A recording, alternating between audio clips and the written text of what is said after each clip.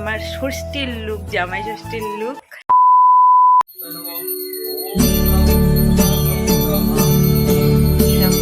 দাও দেখি বাজে দেবে। শুভ সকাল বন্ধুরা, নতুন একটি ব্লগে তোমাদের সকলকে অনেক অনেক স্বাগত আর ভালোবাসা। সকলকে জামাই ষষ্ঠীর অনেক অনেক শুভেচ্ছা। ব্লগটা দিতে একটু দেরি হয়ে গেল, কিন্তু আরও কয়েকটা ব্লগ ছিল, যেই ব্লগগুলো আপলোড না দিয়ে ভাবলাম জামাই ষষ্ঠীর ভিডিওটাই আগে আপলোড দিয়ে দিই।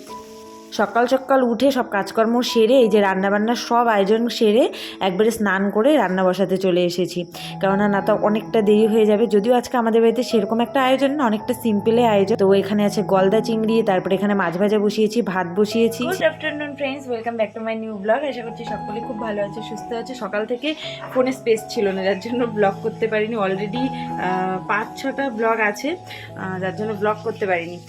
তো আজকে জামাই ষষ্ঠী, রান্নাবান্নার আয়োজন আমিই করছি। মা মাছ মাংস সব কিছু ধুয়ে বেছে কেটে দিল আর কি। আর যেহেতু তোমাদের দাদাভাইয়ের শরীর ভালো না, তো সেরকম বেশি কিছু খাবে না, সিম্পলে রান্নাবান্না হবে। তবুও সিম্পল করতে করতে মোটামুটি একটু হচ্ছে আর কি। তো সব কিছু কেটে কুটে নিয়েছি, রান্না ওইদিকে বসিয়ে দিয়েছি আমি। আর মা যাবে এখন পুজো দিতে। কালকে যেহেতু পুজো হয়েছে না, আজকে আমাদের বাড়িতে প্রচুর ঝামেলা। তো সিম্পল একদম রান্নাবান্না, চিকেন, গলদা চিংড়ি আর হচ্ছে ছোটো মাছ, মানে পোনা মাছ। তো এখানে বাটা মাছটা ভাজা বসিয়ে দিয়েছি, ভাত বসিয়ে দিয়েছি, পেঁয়াজ রসুন চিকেনের জন্য সব কেটে নিয়েছি। আর চিকেন রান্না হবে দুভাগে, এটা হচ্ছে আরেকটা ঝামেলা। আর তোমাদের দাদাভাইয়ের জন্য একটা নিরামিষ সবজি বানাতে হবে, যেটা একদম তেল মশলা ছাড়া। একটা দিন একটু মনে করো নাক রান্না করলেও কেমন লাগে, যার জন্যই। আর এদিকে মা চলে গেছে স্নান টান করে পুজো দিতে। আর সকালবেলা দেখলে ওটা কাকিমণিদের বাড়ির ষষ্ঠী পুজো, আমাদের বাড়িতে ষষ্ঠী পুজো হয় না। তো পরে আমরা ষষ্ঠীর শাক নিতে কাকিমণিদের বাড়িতে যাব। তো তাড়াহুড়ো করে সব রান্না করছি। আর আগেই আমি স্নানের আগে সব কেটে কুটে রেডি করে রেখেছি। আর এখানে যার জন্য দুটো কড়াই বসিয়ে দিয়েছি, যাতে একবারে দুটো কড়াই একবারে ফটাফট করে সব রান্নাবান্না সেরে নিতে পারি। তো আগে এখানে সব মিক্স সবজিটা বসিয়ে দিলাম, আর এখানে চিংড়ি মাছটা ভাজা করে এখন চিংড়ি মাছটা আগে করে নেব। তবে আগের বছর ষষ্ঠীতে অনেক কিছু রান্নাবান্না হয়েছিল, মা আমি দুজনে মিলে করেছিলাম। লাস্টে কাকিমণি ফ্রাইড রাইসটা বানিয়ে দিয়েছিল, তো অনেক কিছু রান্নাবান্না হয়েছিল। কিন্তু এবছর তো তোমাদের দাদাভাই সেরকম কিছু খেতে পারবে না। যাই হোক, সব কিছু ঠিকঠাক হয়ে গেলে পরের বছর ইচ্ছে আছে অনেক রকমের রান্নাবান্না করব। আর শাশুড়িরাই রান্না করে, কিন্তু আমি রান্না করছি, কারণ মার আরও অনেক কাজ আছে। আর আগের দিন আমাদের বাড়িতে পুজো হয়েছে, পুজোর ব্লগ তোমাদেরকে আগে দিতে পারলাম না, ভাবলাম আগে ষষ্ঠীর ব্লগটা দিয়ে দিই, তারপরে তোমাদের সঙ্গে পুজোর ব্লগটা শেয়ার করব। আর আমি এখানে লবণ বারবার দেখছি, আমি না এখনো মানে যখন নতুন রান্না শিখেছি তখন তো কতবার করে যে টেস্ট করতাম, এখন তো তাও 2-1বারে বুঝে যায়। তো এখানে চিংড়ি মাছ হয়ে গেছে আমার, তারপরে সবজিটা হয়ে গেছে, আর এদিকে চিকেন বসিয়ে দিলাম। আর এখন এদিকে বসাবো আমি ওই পোনা মাছটা বসাবো, ওটা একদম হালকা পাতলা করব, ওটা বেশি করব না। আর এখানে চিকেনটা আমাদের জন্য করছি, তারপরে তোমাদের দাদাভাইয়ের জন্য অল্প চিকেন, ওটা করতে বেশি একটু সময় লাগবে না, তো ওটা তারপরে করে নিব।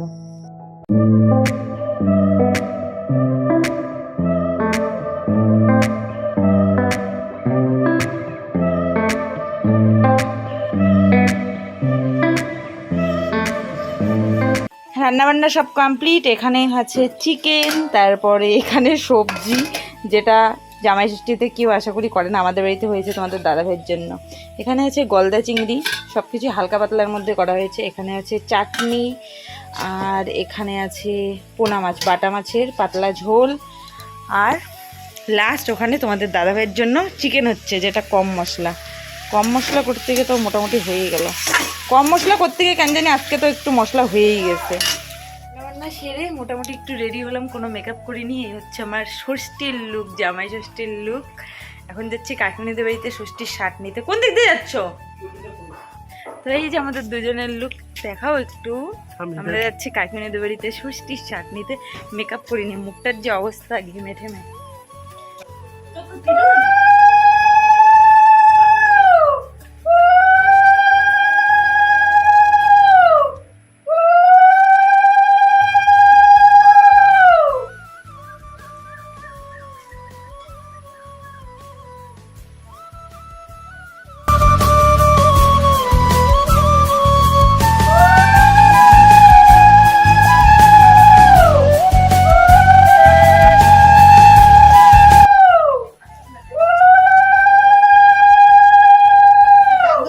একবারে দিয়ে দিই, নিয়ে আসলাম একবারে।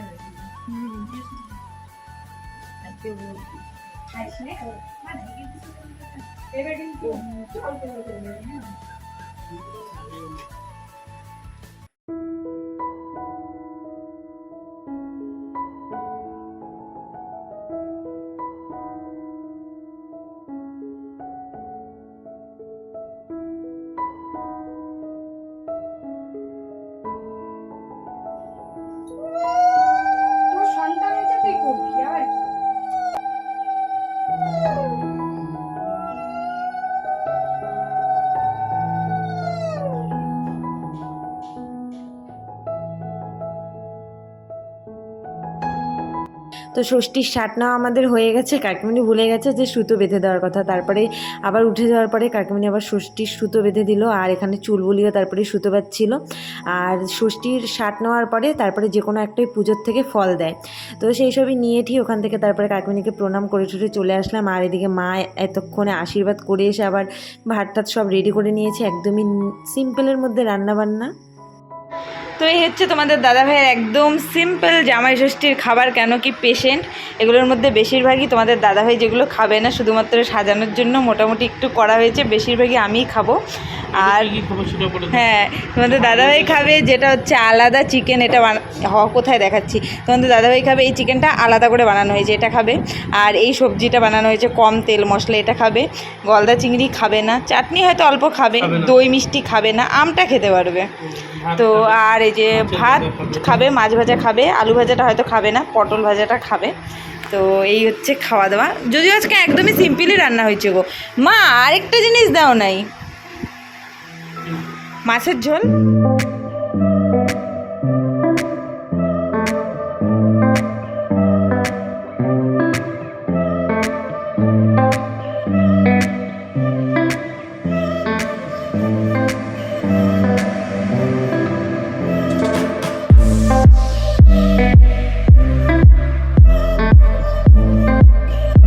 খাওয়া শুরু করো। দেখো মেয়েদের জন্য কিন্তু স্পেশাল কিছু নাই, এই যে আমার যদিও মানে মোটামুটি ঠিক আছে, কিন্তু খাবো তো আমি আসলে, ওকে তো শুধু দেখার জন্য। কি ফটো তুলবো? 2 নম্বরে যে তেলের জিনিস, হ্যাঁ উঠে রাখলাম। ওই তো এগুলো শুধু ওকে দেখানোর জন্য, খাওয়ার জন্য তো আমার শুধুমাত্র। আমার সবজি